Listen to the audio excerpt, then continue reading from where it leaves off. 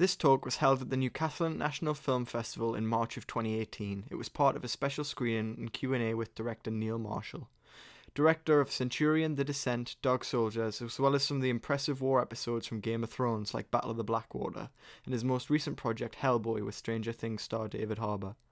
Neil is joined by Craig Conway, who plays Saul Kane, the punk antagonist of the film, and Sean Pertwee, who plays Dr. Talbot. Actually do those, technically put them together, and that's very complex, that car chase. It's in quite a few different stages. Could you talk us through how a filmmaker would approach that, you know? Well, I mean, like you say, it's a big, homage to Mad Max and those kind of movies. We were saying this week, we're way ahead of the curve as far as like the 80s, throwback is concerned. Everybody's doing it with Stranger Things and this was 10 years ago. This was 10 years ago. We were in the 80s then. Yeah, the car chase, I think, we had 2 weeks to film it, and I'd never done anything like that before. I'd never done a car chase before, but we had, one thing that comes across in this movie, and certainly came across to us filming it, is the South African stunt team. They're bonkers, absolutely bonkers. They will do anything you ask them to do. And so perfect for a filmmaker. Which is absolutely, great. No, they're crazy in the best possible way. But yeah, we planned it out. We literally, we did the thing that you do with these car chases is you get little toy cars and you meet up first thing in the morning and you sit on the road and you get little toy cars and you go, that's what we're going to do, and we're going to drive, and then everybody gets in their vehicles and you go for it. And we were doing at least 1 or 2 major stunts or set pieces per day to pull off that car chase. Yeah, those are big setups when you're putting cars through other vehicles. And it's always a danger. There's so many risks involved. We certainly had some injuries, nothing too bad, thank goodness. But a few people got injured. Crashing a motorcycle is not easy. Flipping a van upside down and blowing it up, with somebody inside it. It's scary stuff to do, but it's also it's great fun. It's a lot of fun. And driving a Bentley through a bus, stuff like that. Before I open this up to some questions, I just want to ask Neil just a bit about the casting, because he's got a couple of really classic actors in there, and but I understand with the Malcolm McDowell role, you had somebody else in mind for that, but you couldn't get them. Is this true? Oh. God, yeah, that's thinking way out next year, yeah.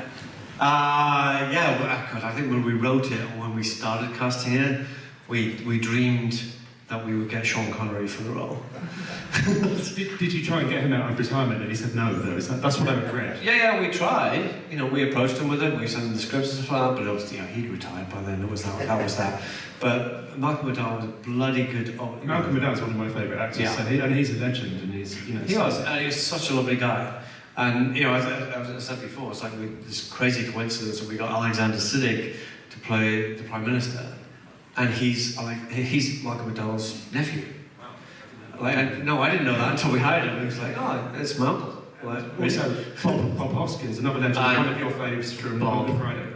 I can't say enough good words about Bob Hoskins. What a wonderful, wonderful man. Was it Sean? Did you know Bob beforehand, were you saying? No, I did, and when I was a young actor, he was so kind to me, and he was one of my heroes, Lockwood Friday, everything. And he was a stalwart, and he cared so deeply for if he had a child that wasn't very well. He was one of the most extraordinary men that I'd ever met. It made me, it's a classless profession, you hope, and you hope that people care, and that's what was extraordinary about someone like him that came from his background, had the heart of, the biggest heart, and he was the kindest person to people who were starting out that were scared. He was a beautiful man, R.I.P. Bob Hoskins, beautiful man. The other main part, which is, it's a big role, but it's a female action star, Rona Mitra, and she had to do a lot of training, I imagine, to fulfil that. How did she get involved? It's pretty obvious from watching the movie that she was in great shape. And it's part of what made it convincing was the fact that she was in good shape. It was like she had to fight all these guys and stuff like that, and if she'd been some kind of skinny supermodel, it wouldn't have worked. But she worked out daily, and that was her regime. And it looks convincing. Yeah, again, I kind of, in a way, feel that we were ahead of the curve there of, giving this woman this really prime action role. And she looks convincing in it. She looks like she could take on those guys all the time, and it's awesome. And how did you cast Sean and Craig? You'd worked with them before. Was it just? I asked them nicely. Yeah. You've got this team of people together. The same with your production designer. Absolutely. I used the same DP, production designer, and a lot of the same crew that we have on Descent. Sam McCurdy, who shot this, who shot Descent, who shot Dog Soldiers, who shot Centurion, is a Geordie, and he's one of us. So it became this kind of friendship of a collaborative friendship of just working with people that you love so much. I had the opportunity to cast Craig as the villain, and let him just completely go for it. I needed to get Sean in there somewhere, and I think the bait was giving him the best death scene in the entire movie. Sorry, he wanted me to die early on, and I wanted to go to South Africa. And he had a very sort of paltry death. The first geezer, he got shot in the fucking he got shot in the eye. I said no, and then he really went for it. And when I got barbecued, I had a hog double when they ripped me apart and everything like that. But so now I wanted the longer death, which you certainly gave me in spades. Thank you very much indeed. So what we'd like to do is open it up. Some of you guys must have some questions, and ask them anything, or ask them some advice about filmmaking or acting if you're interested in that as well. So who has a question for any of us? Yes. Craig, I bet your throat was really sore, was it, after that film? yeah, it was actually. I didn't shout a lot. I think the New York Times actually, when they reviewed it, went, all he does is shout. Well, yeah, of course. That's what he's doing. But yeah, I did have a short thought. Yeah. I got to tell a quick story. The scene after everybody escapes on the train, and there's a moment where Craig shouts and he turns around and he punches the guy in the face. On, I think it's like the first or second take of that, he hit the stunt guy in the nose and broke his nose. And it made such a loud crack. Like that you'd hear the nose go and everything. But it was that horrible thing of going like, crack, and then going, oh. And it is a great take. It's like, sorry. But the stunt guy was really happy about it.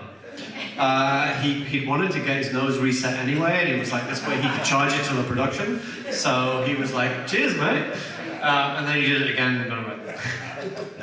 Right, who else has a question up there? Yes, towards the back. I didn't notice any product placement in that film, but can you explain what the deal with Bentley was? Was it that the car had to emerge or escape? Okay, so we wanted obviously we wanted an iconic car for the car chase, and we actually auditioned cars in South Africa, which is one of the most fun jobs I've done. Is like they would bring a car to the studio and I would take it out for a test drive, and we took Jaguars and Rolls Royces and BMWs and stuff out, just drive around Cape Town. I always knew I wanted the Bentley, but we didn't know if we could get any.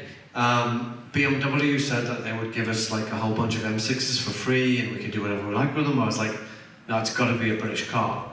And so we stuck with the Bentley, and eventually what ultimately happened was that Bentley don't make spare cars, they make cars to order, so they don't have a bunch of spare cars that they can use for product placement, unless you're James Bond, which we're not. So we actually had to buy 3 Bentleys from a South African dealer and buy them outright. And the idea was that we'd have a hero car, a backup car, and a really, really, really backup car. And yeah, my God, Jesus, get that right, as if.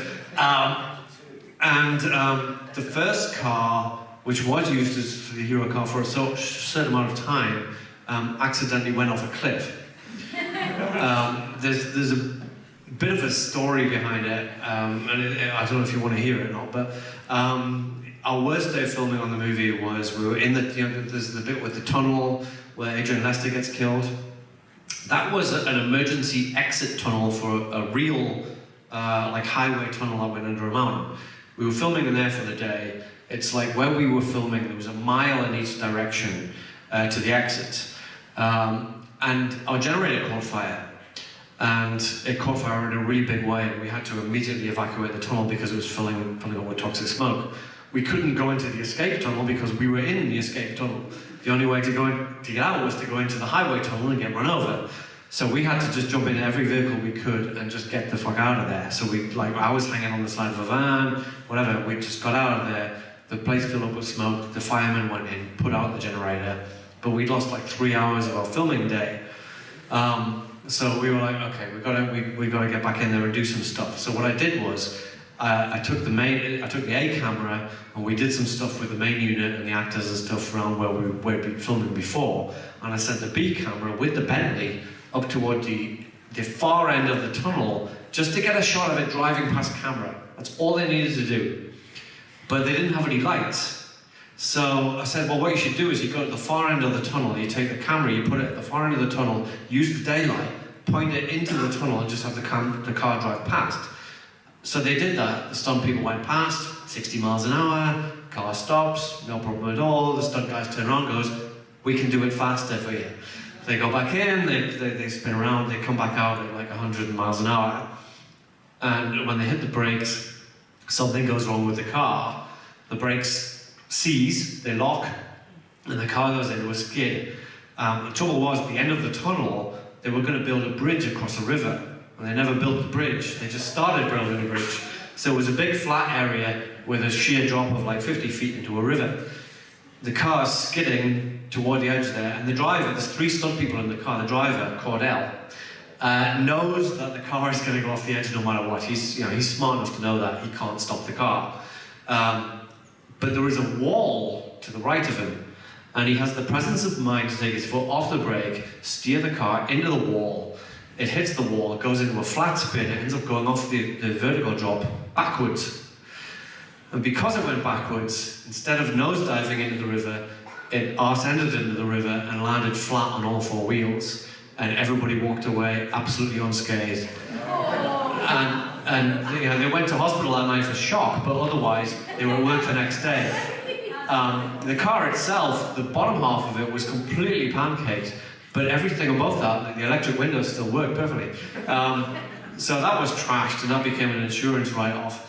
Then we moved on to car B, and that's the one that we ended up driving through the bus. And we did drive it through a bus, and we did do all the stunts with it. And it came out pretty much unscathed. It's just that car is absolutely fucking solid.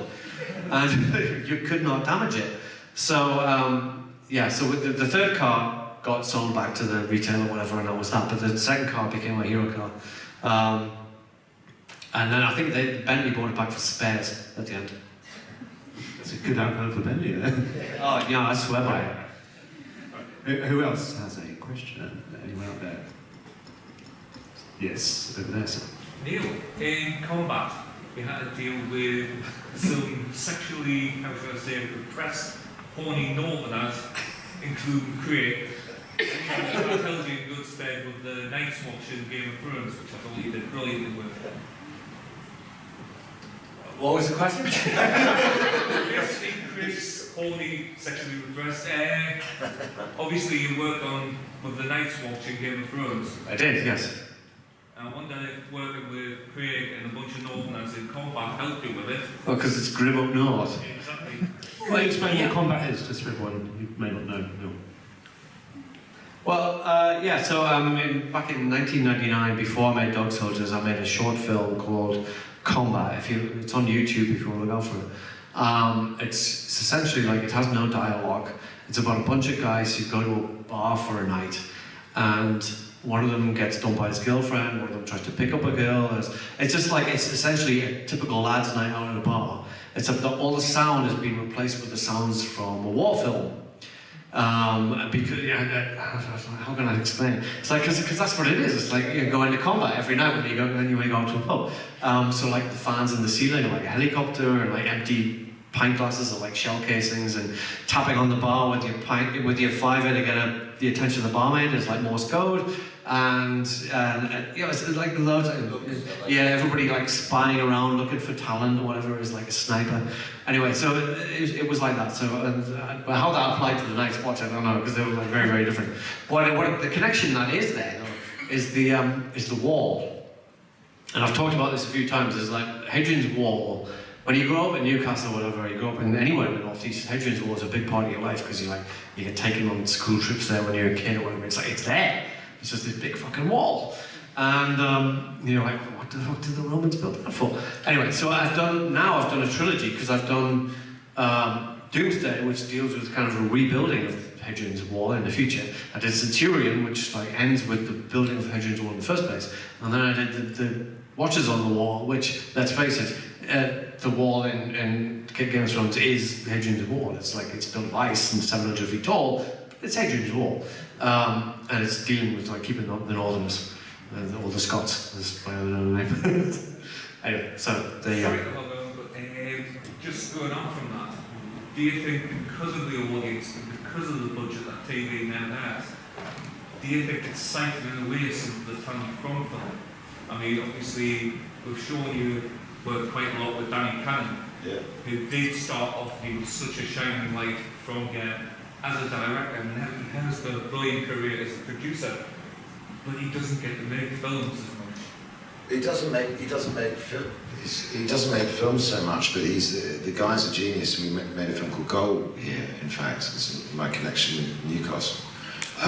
He's one of these sort of extraordinary men that started from the bottom. His father was a property master from Arsenal.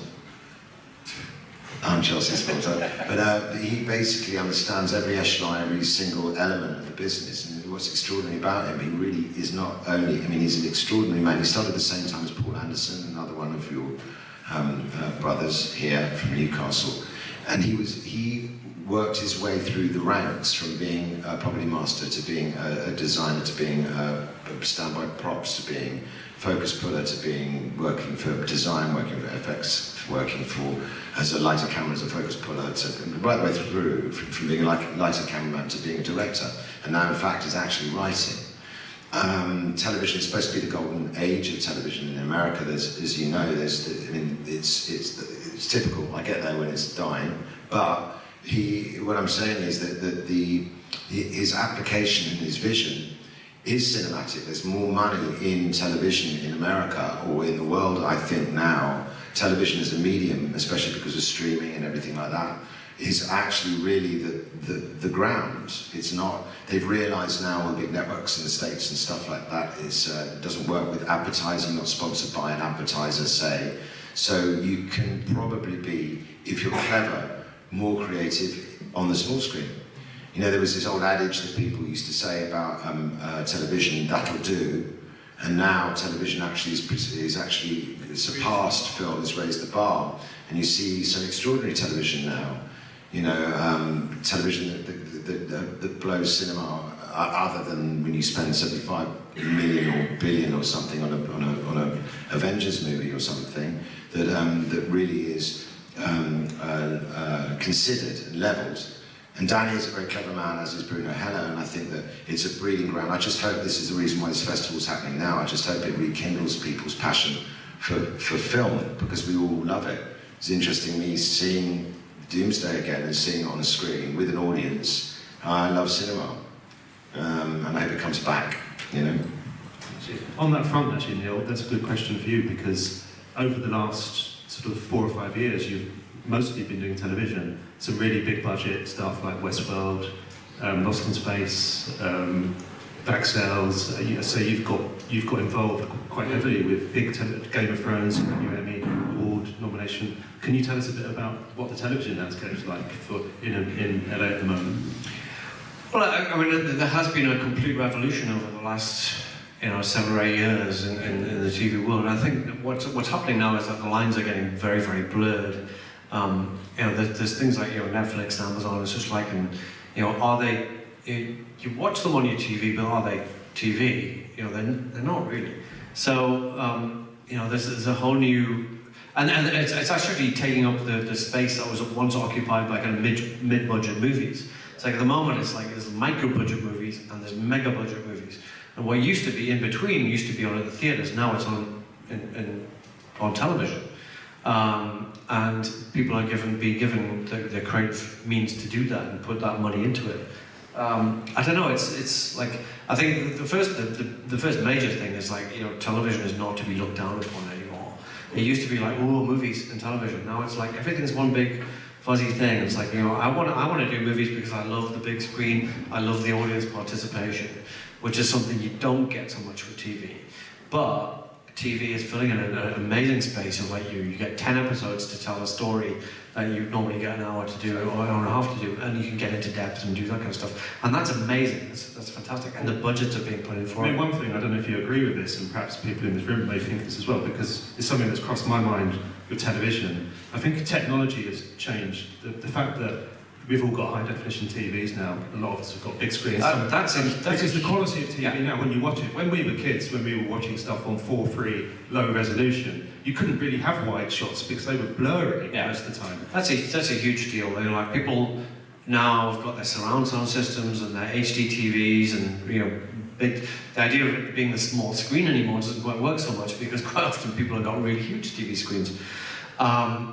And so they want their TV to be as good a quality as the movies that they watch. If they're going to watch a Spielberg movie on their Blu-ray player, they want to turn on their TV and they want it to be the same standard of quality, which I think is fair enough. You can't expect, like, people don't want to step down a few grades to watch TV, so everything has to up its game. The big difference is, and this I talk about this quite a lot, the big difference is movies are made out of love. They're made because people want to make them because they love to make them, and that passion needs to come across the movies. You could argue that you don't need movies. You know, we want movies, we love movies, but do we need movies? That, you know, life would go on over. But in terms of the TV business, the beast needs feeding. There are these TV channels now, and they need material.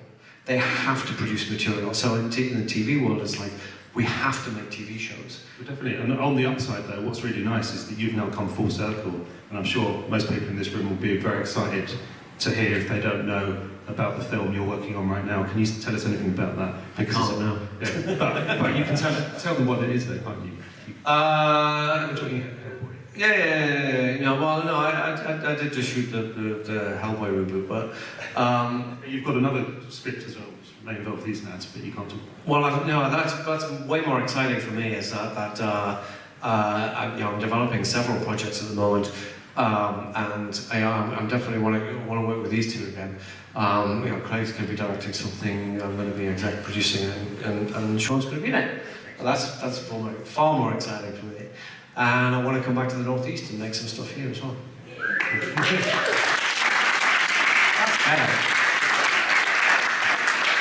Do we have any more questions? Okay, we've got a couple more, so yes. Obviously, a lot of all of your works have very strong female leads in them, especially yours, Neil, a lot of your works have strong female lead characters and that sort of thing. That's been a trend in sort of 70s, you have two lead Ghost in the Shell, all these big blockbusters, new female leads in it. How do you feel though that you were kind of ahead of that curve and still continuing it, possibly in future projects? I feel good. No, I mean, I'd say, you know, you think that Descent is like 12 years ago now, or more, whatever. Oh God, that's scary. But yeah, we were ahead of the curve, and they're finally catching up. But it's very important between, you know, Descent, this one, even like the villain and Centurion. You know, it's like strong female roles, very, very important. I was just going to say, you speak very well for having no lips. It's really weird watching your face go like that, but nothing happening. Kind of freaked me out. We have another question.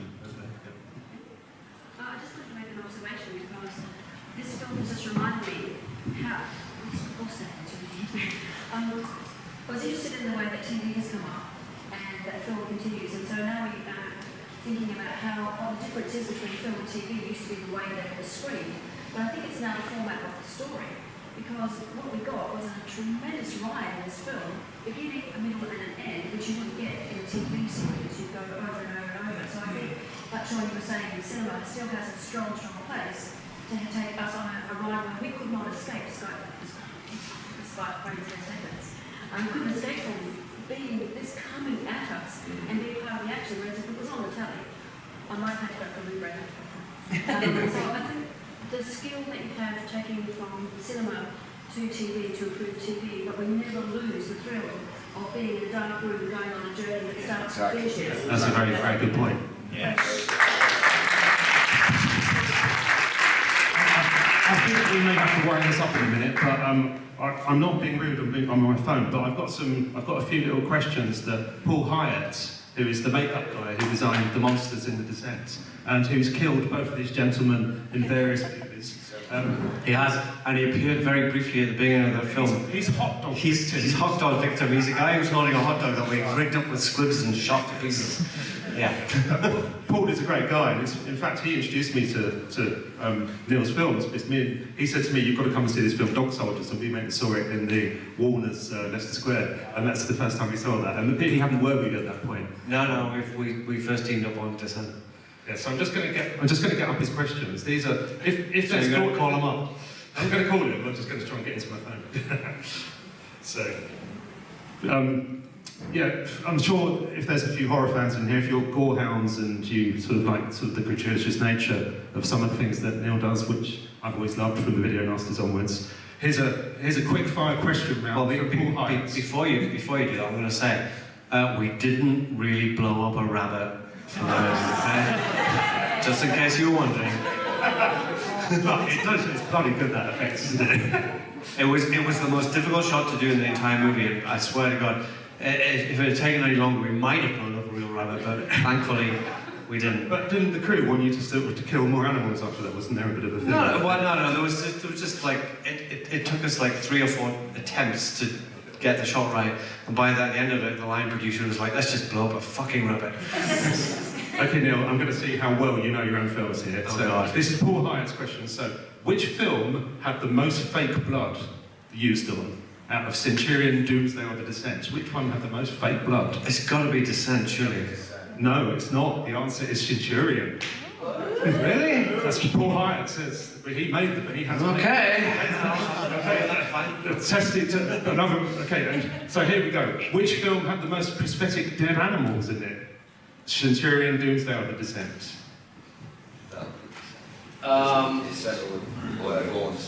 No, but actual dead animals. Prosthetic dead animals. Yeah, prosthetic dead animals. Well, we did a deer in Centurion. We did a deer in Descent. We did a cow in this. God, I don't know. Well, once again, Paul says the answer is The Descent for you there. Oh yeah, we had a cave full of dead animals. I suppose maybe that was it. Yeah, that's okay. So these are actually trickier questions. I thought you would know. Oh yeah, well, it's like the thing with the swimming pool of blood in Descent. I thought that would be okay. And the last one, which film had the most prosthetic corpses?